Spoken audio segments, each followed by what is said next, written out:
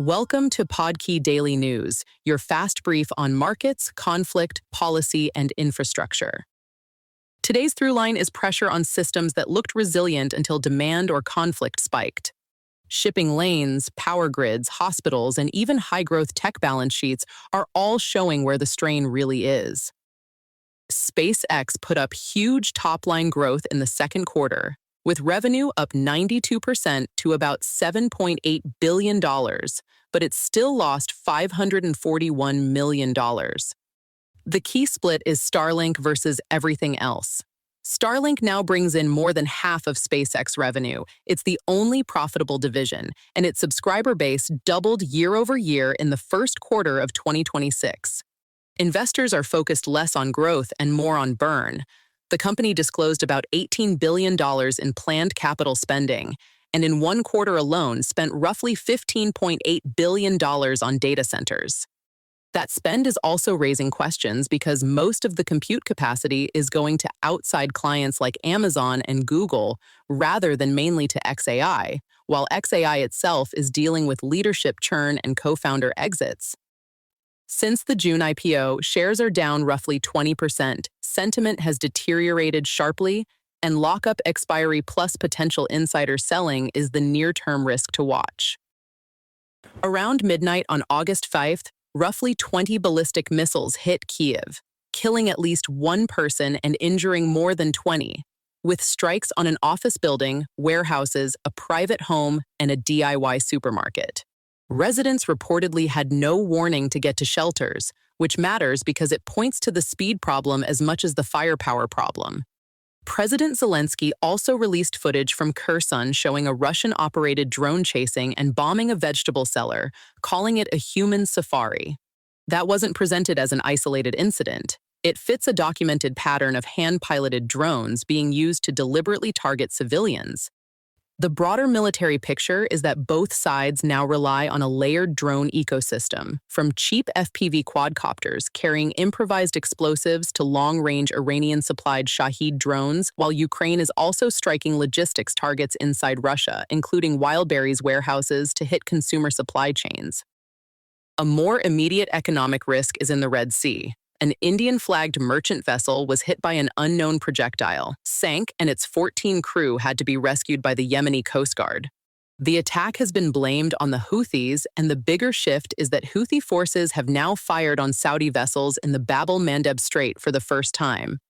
That matters because Bab el-Mandeb was part of the fallback routing for producers trying to reduce dependence on the Strait of Hormuz. If both choke points are under pressure, shipping gets longer, energy transport gets riskier, and costs rise well beyond the immediate war zone. Saudi Aramco reported a 44% rise in profits, helped by higher oil prices driven by scarcity fears tied to the Israel-Iran-US conflict and shipping disruption. Aramco had partly insulated itself by rerouting crude through its east-to-west pipeline and Red Sea terminals, but that hedge weakens if Bab el-Mandeb becomes less usable.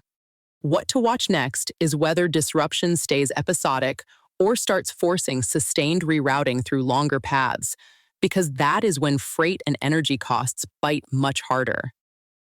Europe's heat waves are turning air conditioning from a niche product into a grid issue. Imports of Chinese AC units jumped more than 40% year over year to $3.8 billion in the first half. The stress test came when millions of people switched units on at once. Power prices in France went above 300 euros per megawatt hour, and Belgium peaked at 900, far above the usual 50 to 100 range. That is the practical warning. Cooling demand is rising fast enough that analysts say it could outgrow AI-related electricity demand by a wide margin, and meeting it may require something like a doubling of grid capacity by 2030.